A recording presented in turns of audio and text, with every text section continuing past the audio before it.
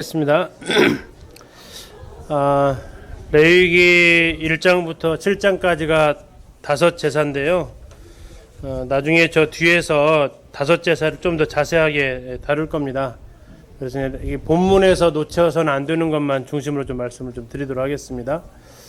자, 레위기 1장의 출발이 이렇게 나와 있어요. 여호와께서 회막에서 모세를 부르시고 이렇게 나왔어요. 자, 하나님께서 왜 모세를 부르셨을까요? 왜 불렀을까요? 출애굽기 40장으로 가셔서 보셔야 이해가 가요. 앞으로 한 장 넘기시면 40장 나오죠. 40장 35절입니다. 40장 35절. 출애굽기 40장 35절. 같이 한번 읽겠습니다. 시작. 모세가 회막에 들어갈 수 없었으니 이는 구름이 회막 위에 덮이고 여호와의 영광이 성막에 충만함이었으며 이렇게 나와 있어요. 자, 분명히 출애굽기 25장 25절에서는 이 언약궤 회막에서 언약궤에서 내가 너와 만나겠다라고 했는데 지금 40장 35절 성막이 완성된 이후에 모세가 이제 하나님을 만나러 어디로 들어가야 돼요? 회막으로 들어가야 돼요. 그런데 모세가 지금 40장 35절 보니까 들어가요, 못 들어가요? 들어갈 수가 없어요. 들어가고 싶지 않은 게 아니었어요. 들어가고 싶었어요. 그런데 들어갈 수 없었어요. 왜 뭐 없었어요? 여호와의 영광이 너무나도 충만하니까 감히 거기에 들어갈 수 없었어요. 그러니까 하나님께서 어떻게 하셨다고요? 레위기 1장 1절에서 이게 출애굽기 따로 보지 마시고 레위기 따로 보지 마세요. 연결되어지고 있어요, 이 과정이. 자, 그래서 레위기 1장 1절에서 뭐라고 하셨다고요? 예, 불렀어요. 하나님은 이제 영광이 충만하니까 회막에서 얘기하시려고 하는데 얘가 기다려도 안 들어와요. 못 들어와요. 그러니까 하나님께서 모세야 이제 들어와 하시는 거예요. 왜? 할 말이 있어 라고 하십니다. 그래서 다른 데서는 그냥 아까 보셨겠지만 4장 1절에서 보셔도 어떻게 되어 있냐면 여호와께서 모세에게 말씀하여 이르시되 6장 1절에서도 여호와께서 모세에게 그냥 말씀하여 이르시되요 계속. 그런데 1장 1절만 어떻게 말씀했다고요? 부르시고 그에게 말씀하셨다. 네. 왜? 들어가지 못했어요. 너무나 여호와의 영광이 충만하니까. 그래서 하나님께서 야 여기서 만나기로 했잖아. 부르시는 거예요. 그러면서 이제 하나님께서 얘기하는 거예요. 왜 가까이 왜 못 와? 왜 가까이 못 와? 2절에서 그래서 하나님께서 말씀하시는 거예요. 뭐라고 하십니까? 너뿐만 아니라 이스라엘 자손이 말하여 이르라. 너희 중에 누구든지 여호와께 예물을 드리려거든. 이게 무슨 뜻이라고요? 나에게 가까이 나오려거든 이런 거예요. 가까이 나아갈 수가 없었다고요. 모세가 너무나 영광이 충만하니까. 그럼 모세를 향해서 부르시는 거예요. 앞으로 너희들이 나한테 가까이 나오려거든 이렇게 얘기하시는 겁니다. 그러면서 더 가까이 나아갈 수 있는 방법을 제시해 주시는 것이 다섯 제사예요. 제사는 뭐냐? 하나님께 가까이 나아가는 거예요. 나아갈 수 없었던 우리가 가까이 나아갈 수 있는 거예요. 그리고 주의 만찬은 정말 우리가 주님의 살과 피까지 나아가는 가장 가까이까지 나아가는 모습인데 자, 나올 때 동물을 가지고 나오라고 예물을 가지고 나오래요. 첫 번째 종류는 성경을 좀 읽기 쉬우시려면 동그라미 치시면 좀 나아요. 구분되니까 1장 3절에 보면 뭘 가지고 나오라고요? 소에다 동그라미 한번 치시고 다음에 10절을 보니까 뭐가 나와요? 양, 염소. 다음에 14절 보니까 뭐가 나와요? 새, 그죠? 새. 자, 소, 양, 염소, 새 무슨 차이일까요? 내가 드릴 수 있는 양 정도죠. 질의 차이예요. 어떤 사람은 부유해서 뭘 드릴 수 있다고요? 소를 드릴 수 있어요. 어떤 사람은 가난해서 뭘 드려요? 새를 드릴 수 있어요. 그런데 하나님께서 저 새밖에 없는데요. 그러면 아니야 소 준비해와 라고 하신다고요? 아니야 새 들고 와도 돼. 나한테 가까이 나오는데 소만 가지고 나오는 게 아니야. 새 있어도 괜찮아 라고 하신다고요. 자, 그러면 이제 각각의 동물을 들고 나오는 거예요. 이제 이게 다섯 제사의 특징들이에요. 어떤 것은 이렇게 쭉 얘기해줘요. 속죄제도 마찬가지. 속죄제도 나올 때도 종류별로 얘기해요. 속건제는 달라요. 속건제는 딱 한 종류만 얘기해요. 자, 이제 나중에 보고. 자, 그 다음에 이제 가져왔는데, 누가 가져오죠? 하나님 앞에 번제 드릴 사람이 가져와요. 자, 그러면 먼저 뭐 한다고요? 안수를 해요, 이제. 제사장 앞에 와서. 안수 누가 한다고요? 제사장이에요? 가져온 사람이에요? 가져온 사람이 해요. 가져온 사람이 안수를 해요. 누가 잡아요? 가져온 사람이 잡아요. 가죽은 누가 벗겨요? 가져온 사람이 해요. 다음에 고기를 도망 내가지고 누가 잡아요? 각을 누가 떠요? 가져온 사람이 해요. 다음에 지금 잘못 쓰여져서 좀 수정하겠습니다. 여기 내장과 정강이도 누가 한다고요? 가져온 사람이 해요. 9절에 보니까 제가 이제 그 착각되어진 부분이었었는데 8절에 이렇게 써 있어요. 아론의 자손 제사장들은 그 뜬각과 머리와 기름을 제단 위에 불 위에 있는 나무에 버려놓을 것이며 그 내장과 정강이를 물로 씻을 것이요. 딱 봤을 때는 누가 하는 것처럼 보였어요? 제사장들이 하는 것처럼 보였죠. 그죠? 근데 세번역 성경이나 다른 성경을 보면 제물 가져온 사람이 해야 된다라고 9절 앞에 써 있어요. 그래서 제물 가져온 사람이 하는 일이 안수하고 자기가 직접 잡는다는 얘기는 목에다가 칼을 그어가지고 이제 피를 받아내는 거예요. 다음에 가죽 벗기고, 다음에 살과 뼈 발라내서 자르고, 그 내장 정강이 씻어가지고 하는 것까지도 전부 다 이 제물을 가져온 사람이 해요. 양과 염소도 동일하게 해요. 근데 놀라운 것은 비둘기 가져온 사람은 누가 잡았을까요? 누가 비틀어 주겠을까요? 제사장이 했을까요? 가져온 사람이 했을까요? 15절 보시면 제사장은 그것을 제단으로 가져다가 그것의 머리를 비틀어 끊고, 왜 이건 가져온 사람이 안 했을까요?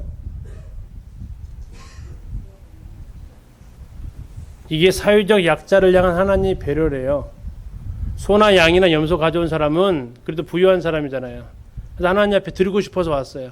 근데 새 들고 온 사람은, 주변에 봤을 때 아이고 저 사람 그냥 먹을 것도 없고 저거 들러 왔네, 이런 소리를 들을 수 있다는 얘기예요. 그래서 새는 정말 가난한 자가 드려지는 번제예요. 그래서 그것은 누가 가져왔는지 모르게 누가 들고 올라간다고요. 제사장이 들고 올라가서 제사장이 직접 잡아요. 소를 잡는 사람이 하나님 앞에 드려질 때 기뻤겠죠. 하나님 앞에 소를 드릴 수 있음이. 근데 더 드리고 싶은데 새밖에 못 드린다고요.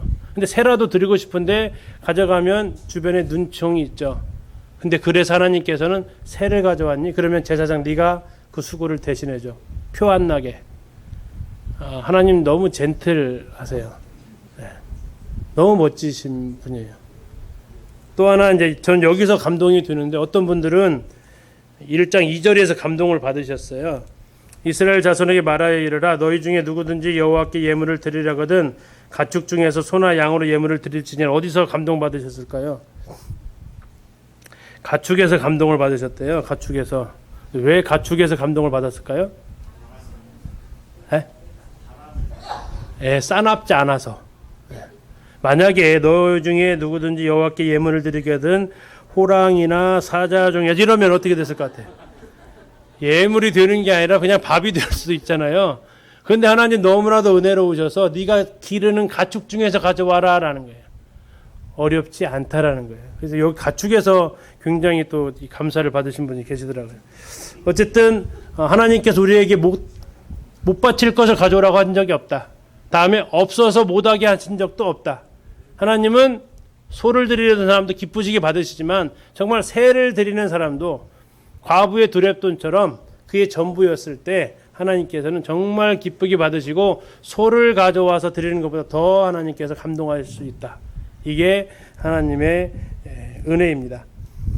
자, 어디서 잡느냐? 11절에 보니까 아까 말씀드렸던 거예요. 1장 11절. 그가 제단 북쪽 여호와 앞에서, 그러니까 번제단 북쪽이에요.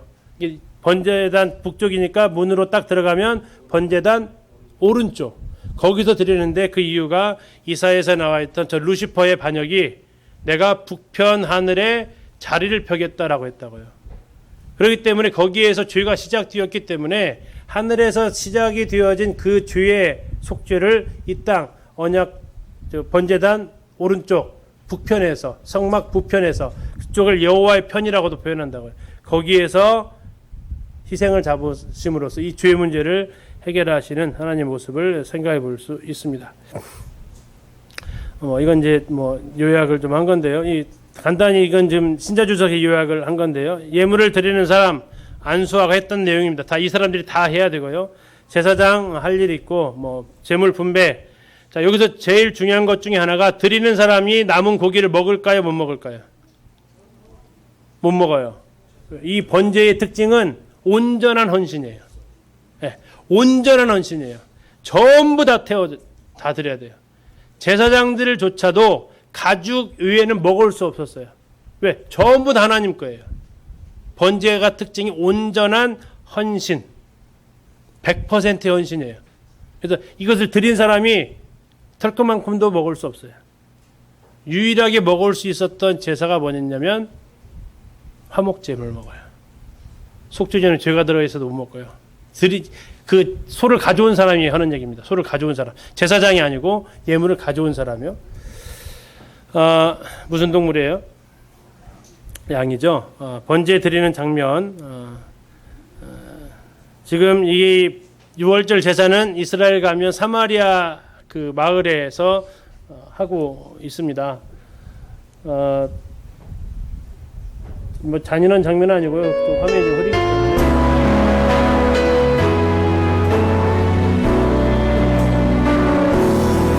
이 대제사장이죠. 안개가 날 가리워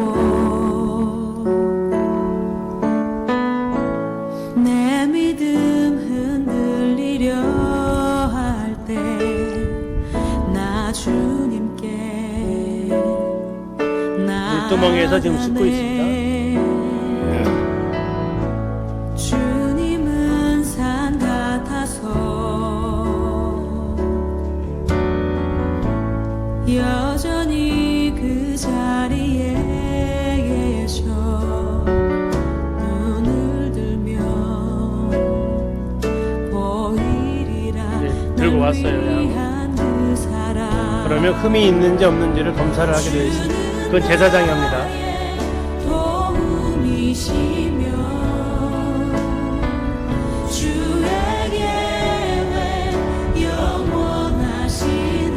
그럼 이제 안수를 합니다. 죄를 전가한다, 옮겨간다라는 거예요.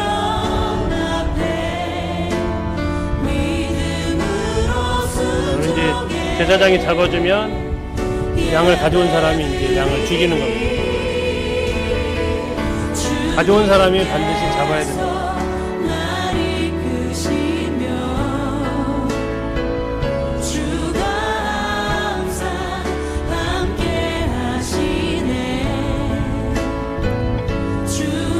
이 사람은 자신의 죄 때문에 죽어가는 양들을 이제 직접 잡고 피를 받아서 번제단에 가져가야 됩니다.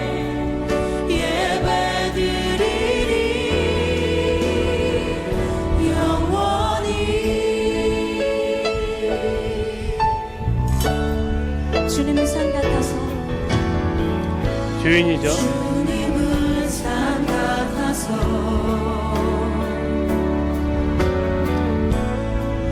저 앞에 있는 게 이제 번제단. 자, 손에 들고 있는 게 무슨 풀이에요? 우슬초죠, 우슬초. 번제단 뿔에 바릅니다. 이 말은 이제 속죄의 능력입니다. 속죄의 능력.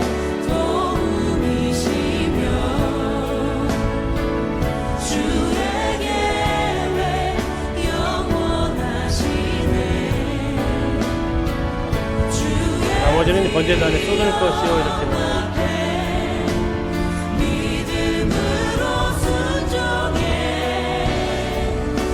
자, 이제 각을 뜨는데 직접 하고 제사장이 아마 도와주었을 것을 하는데 도와주기보다는 지금 시간 관계상 대신 떠주는 것 같고요. 전부 이것을 주인이 해야 됩니다.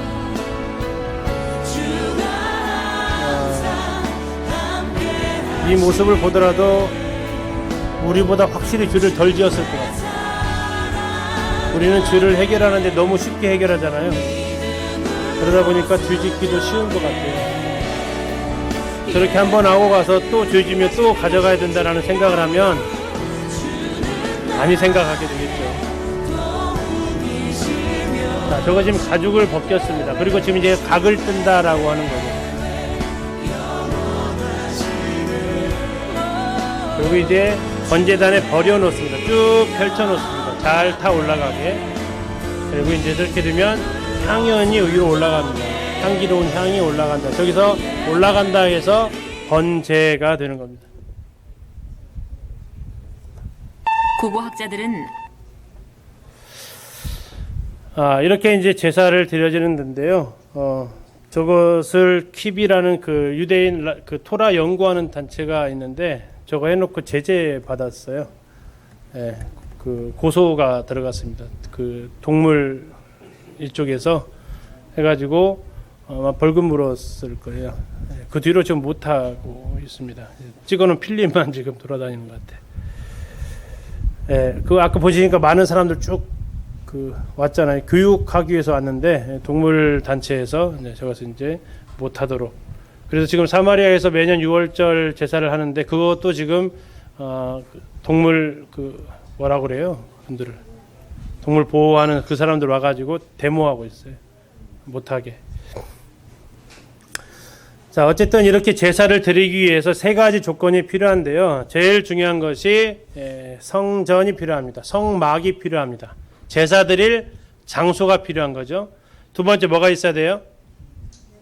제물이 있어야 됩니다. 희생 제물, 속죄 제물이 있어야 돼요. 번제 제물이 있어야 됩니다. 그리고 또 누가 있어야 돼요? 그렇죠. 제사장이 있어야 됩니다. 이 성전과 성막과 제물, 희생 제물과 제사를 드려질 제사장이 존재해야만 제사를 드릴 수가 있어요.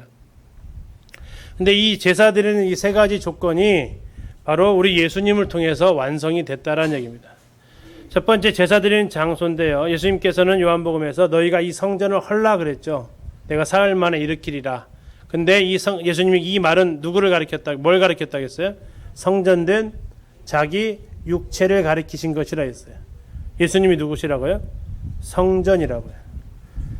그 다음에 예수님께서는 보라 세상 죄를 지고 가는 하나님의 어린 양이로다 라고 요한복음 1장 29절에서 말하고 있고, 그는 하나님께서는 그 아들을 하나님과 우리를 향한 화목제물로 삼으셨습니다.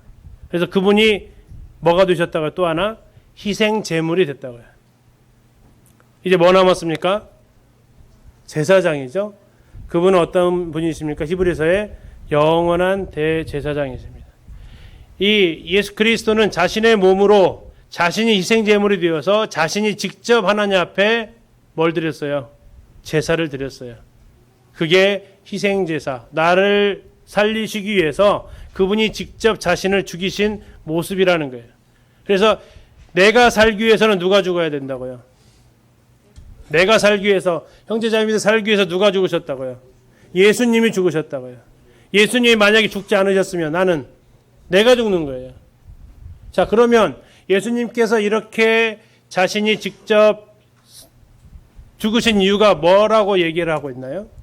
고린도후서 5장에서 이렇게 예수님이 죽으신 이유에 대해서 얘기하고 있어요.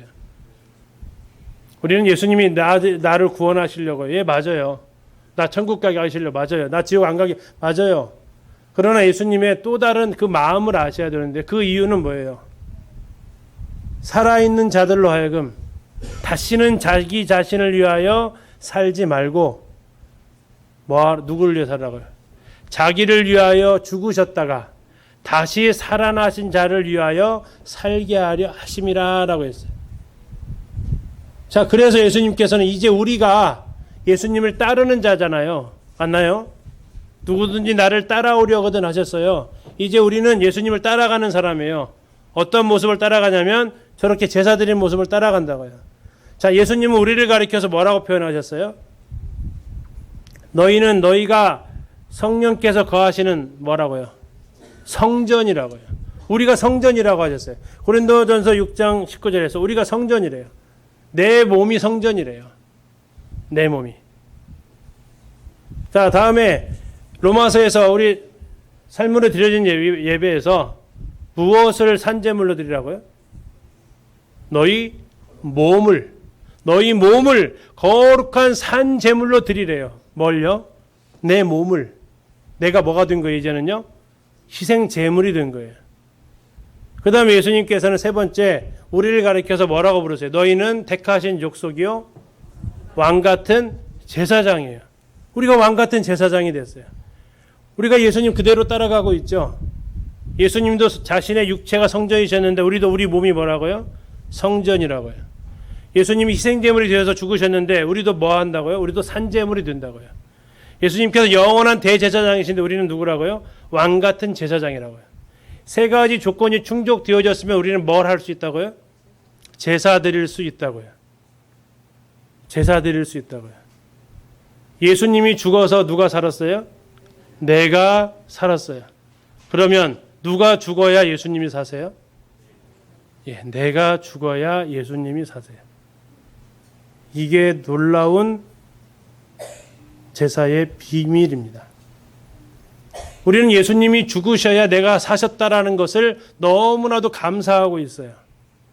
그러나 예수님은 그거에서 끝나기를 원하지 않으시고 우리에게 한마디 더 하시는 거예요. 뭐라고요? 이젠 네 차례야. 자, 옆에 분들 보시고 한번 하겠습니다. 이번에는 형제님 차례입니다. 이번에는 자매님 차례입니다. 왜 안 하세요?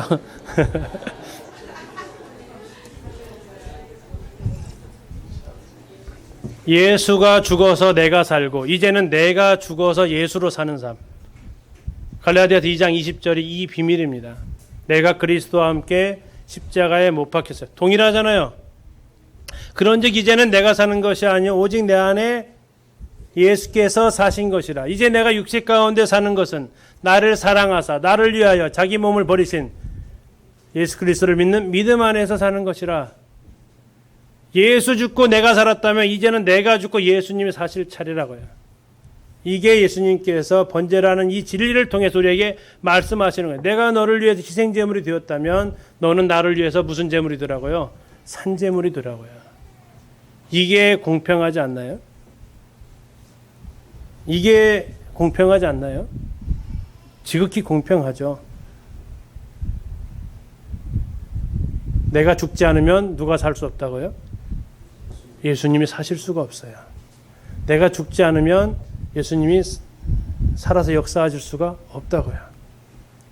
그래서 예수님이 죽으셔서 내가 살았다면 이제는 내가 죽어서 예수님이 사실 수 있도록 하는 것이 우리가 드려질 예배입니다. 그것이 어디서 나온다고요? 우리 만찬 예배를 통해서 우리는 뭘 기억합니까? 저기 신령으로 드려지는 만찬 예배를 통해서 뭘 기억해요? 예수님이 죽으셔서 어떻게 됐다고요? 내가 살았구나. 우리는 삶을 통해서 뭘 기억한다고요? 그럼요? 이제는 내가 죽음으로 예수님이 사시게 해야 된다는 얘기예요. 그리고 그것을 실제 생활에서 섬김을 통해서 구현해내는 거죠. 섬김이라는 게 뭐예요? 어느 사람이 예수님이 십자가 앞에 서서 고백했다는 얘기죠. 예수님 두 손 날 위에 못 박히셨으니 더 이상 그분 일하실 수 없어요. 그러나 내 두 손은요 자유로워졌어요. 예수님 두 손이 못 박히시면 내 두 손이 자유로워졌으니까 이제 내 두 손을 당신이 일하시고 싶은 곳에 쓰게 해주십시오. 예수님 날 위에 두 발 못 박히셨으니 예수님 어디를 가고 싶으셔도 가실 수가 없군요. 그러나 예수님 못 박히심으로 내 두 발이 뭐해졌다고요? 자유로워졌으니 예수님 가시고 싶은 곳에 내 두 발 가게 하소서. 예수님 날 위에 머리에 가시면류관 쓰셨으니 더 이상 생각하거나 이것이 할 수 없겠군요.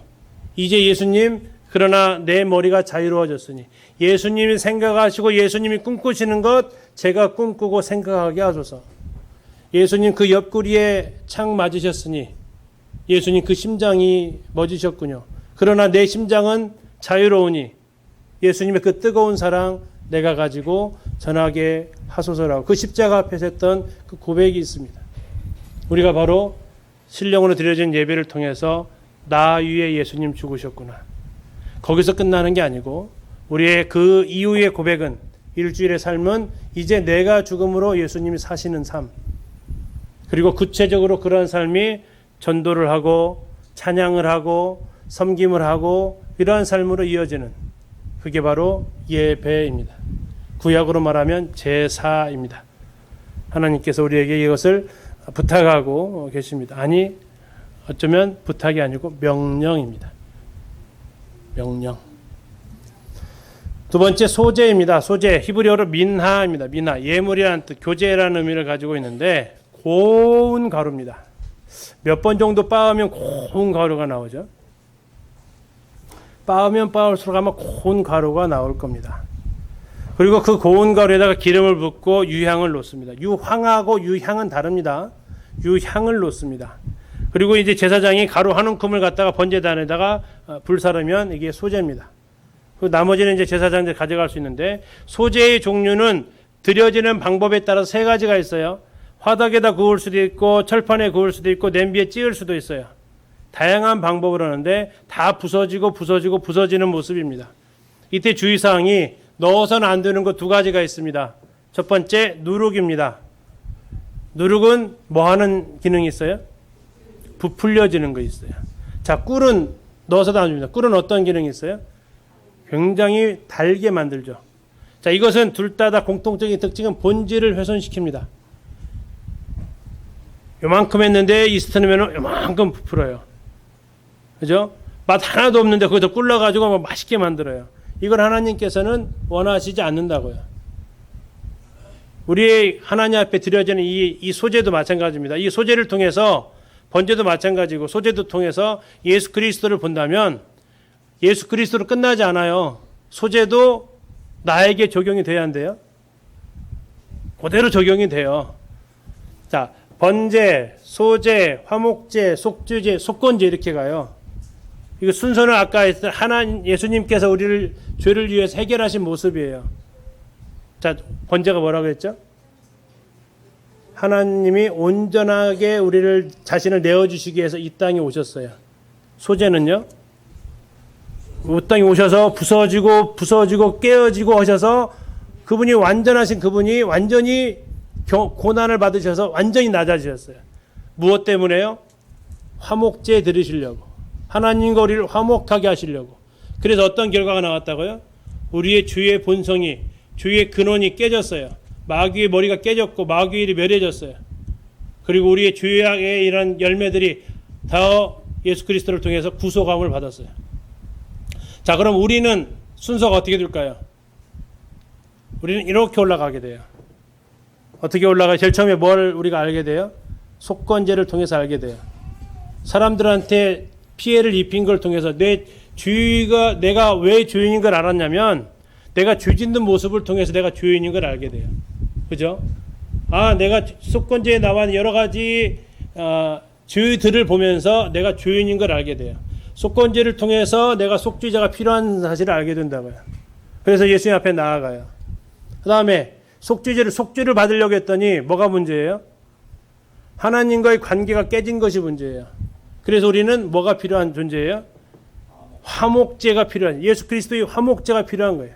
우리는 예수 그리스도 통해서 이제 하나님과 화목되어졌어요. 하나님과 화목되어진 우리에게 그 다음 단계가 뭐예요? 우리가 깨어지는 거예요. 우리가 죽는 거라고 아까 했잖아요.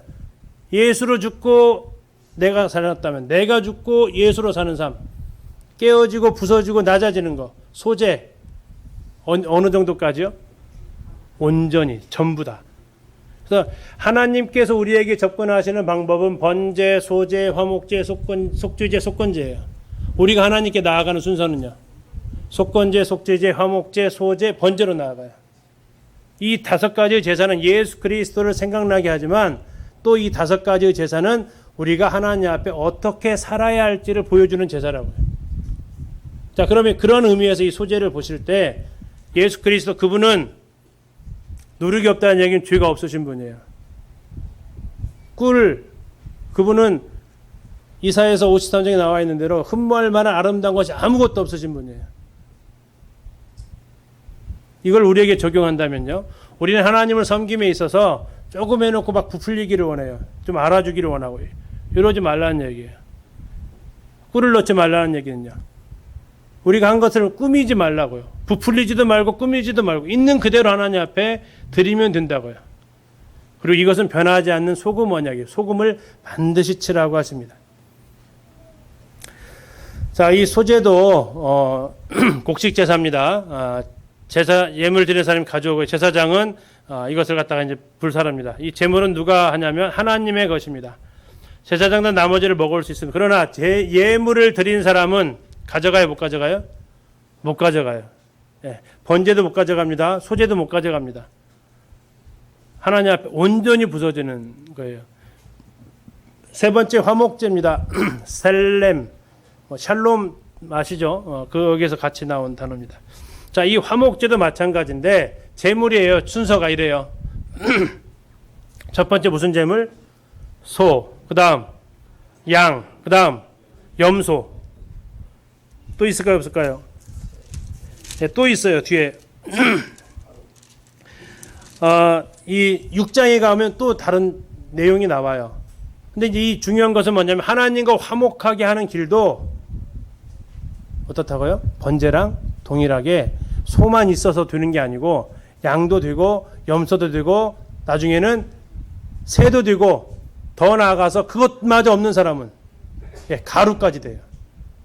화목하게 하는 길도 하나님이 폭넓게 열어놓으셨다고요. 나는 이래서 안 돼요, 저래서 안 돼요가 하나님 어떠한 경우도 다 되게 하셨어요. 그러면서 하나님께서 이제 나중에 17장에서 하겠지만 기름하고 피는 절대 먹지 마라 라고 하십니다. 자, 왜 먹지 마라 하겠을까요? 하나님 거래요. 그런데 이건 하나님께 우리를 향한 특별한 배려예요. 자, 지금 현대인들은 알아요. 기름 먹으면 안 된다는 거. 뭐 걸려요? 고지혈증이나 이런 것의 원인이 돼요. 피 먹으면요. 이것도 역시 우리 건강에 해로워요. 하나님 아예 우리에게 해로운 것은 아예 먹지 말라겠어요. 두 가지 방법인데 이건 내 거니까 손대지 마 하시기도 했고요. 이건 부정하니까 먹지 마 하기도 했었어요. 그래서 이제 어떤 분이 이렇게 이거 식품위생법이다라고 얘기하시는 분도 있어요. 자, 화목제 동일합니다. 예물을 드리는 사람 짐승 가져와서 안수하고 잡고 단 위에 불 사릅니다. 제사장이 그거 하고요. 자, 이게 독특한데 제물의 분배인데, 자, 제사장들이 먹는 게 오른쪽 넓적다리하고 가슴을 먹습니다. 자, 가슴은 사랑이죠. 하나님의 뜨거운 사랑입니다. 넓적다리는 능력입니다. 그래서 이 제사장은 이 화목제를 통해서 하나님의 사랑과 하나님의 능력을 알게 되고, 자, 이게 이제 특이한 건데, 제물을 드리는 자가 분깃을 취할 수 있는 유일한 제사예요. 5가지 제사 중에서 제사를 드린 사람이 음식 먹을 수 있는 유일한 거, 화목제. 왜 화목제를 먹을 수 있을까요? 왜 먹을 수 있을까요? 화목되었으니까. 저기 안 되었으면 못 먹으면 아직 껄끄러운 거예요. 근데 이제 먹으라 이거예요. 하나님 먹어라. 그러면 뭐예요? 화목해졌다라는 거예요. 하나님과 화목이 이루어졌다라는 선언이에요. 그래서 먹을 수 있어요. 자, 네 번째 속죄제가 나오는데 관역을 벗어난 것이 주의라는 거죠. 자, 이것도 역시 마찬가지입니다. 이건 두 가지로 나누는데요. 제사장과 회중으로 나누고요. 족장과 평민으로 나눠요. 그래서 드려지는 예물이 달라요. 제사장과 회중은 뭘로 드렸어요? 수송아지로 드렸어요. 족장하고 평민은 순념사, 안념사, 암양 이런 걸로 드렸어요. 자, 이럴 때 이제 중요한 것은 죄를 깨달으면 하래. 죄를 깨달으면. 특히 이제 족장이나 평민은 누가 죄를 지적해줘. 너 그렇게 하면 안 돼. 아, 그 안 되는 거였어? 그러면 제사를 드리라고 했어요. 죄를 깨닫게 되면. 모르면 못 드리는 거예요, 이것은. 죄를 그래서 양심의 악을 깨닫게 하시는 게 성령의 사역이에요. 성령께서 우리를 죄를 깨닫게 하시는 것이 필요한 거예요. 이 속죄제는 내가 죄인이라는 것을 뭐한 사람만 드릴 수 있다고요? 깨달은 사람만 드릴 수 있어요. 그래서 그 사람한테 속죄제를 요구하려면 뭐 해줘야 돼요? 죄를 깨닫게 해줘야 돼요. 죄를 깨닫게 해주려면 뭘로 들이대야 돼요? 하나님 말씀으로 들이대야죠. 모르니까. 그래서 네가 지금 범한 게 율법이야 라고 제시를 해주는 겁니다. 이 속죄제의 이 특징을 아까 말씀드린 대로 대제사장과 회중은 따로, 족장과 평민 따로, 방법도 약간 달라요. 근데 이것은 뭐 이렇게 세세하게 설명을 안 드리겠습니다. 설명드려도 금방 까먹으실 거니까 그냥 잘 관심 있게 보시면 돼요. 대신 구분하고 있구나. 왜 구분하고 있는가는 나중에 다섯 제사에 가서 보여드릴 거예요. 마지막 속건제만 하고 마치겠습니다. 속건제는 피해 보상하는 거예요. 피해 보상. 몇 퍼센트 피해 보상하면 20% 피해 보상이에요. 많아요, 적어요? 20% 피해 보상이? 이때 당시는 꽤 되는 양이에요. 1,000만 원 손에 끼쳤으면 얼마 갚아야 된다는 얘기예요? 1,200만 원 갚아야 되는 거예요. 적은 양이 아니에요. 그런데 이것을 몇 배로 갚은 사람이 삭개오예요. 내가 토색한 일이 있으면 내가 4배 갚겠대요. 그러면 그 사람은 삭개오는 이 속건제에 비하면 몇 퍼센트를 더한 거예요? 네? 200% 더한 거예요. 2000%인가요? 20배 더한 거예요. 20배. 어마어마하게 그새는 속건제를 드렸어요.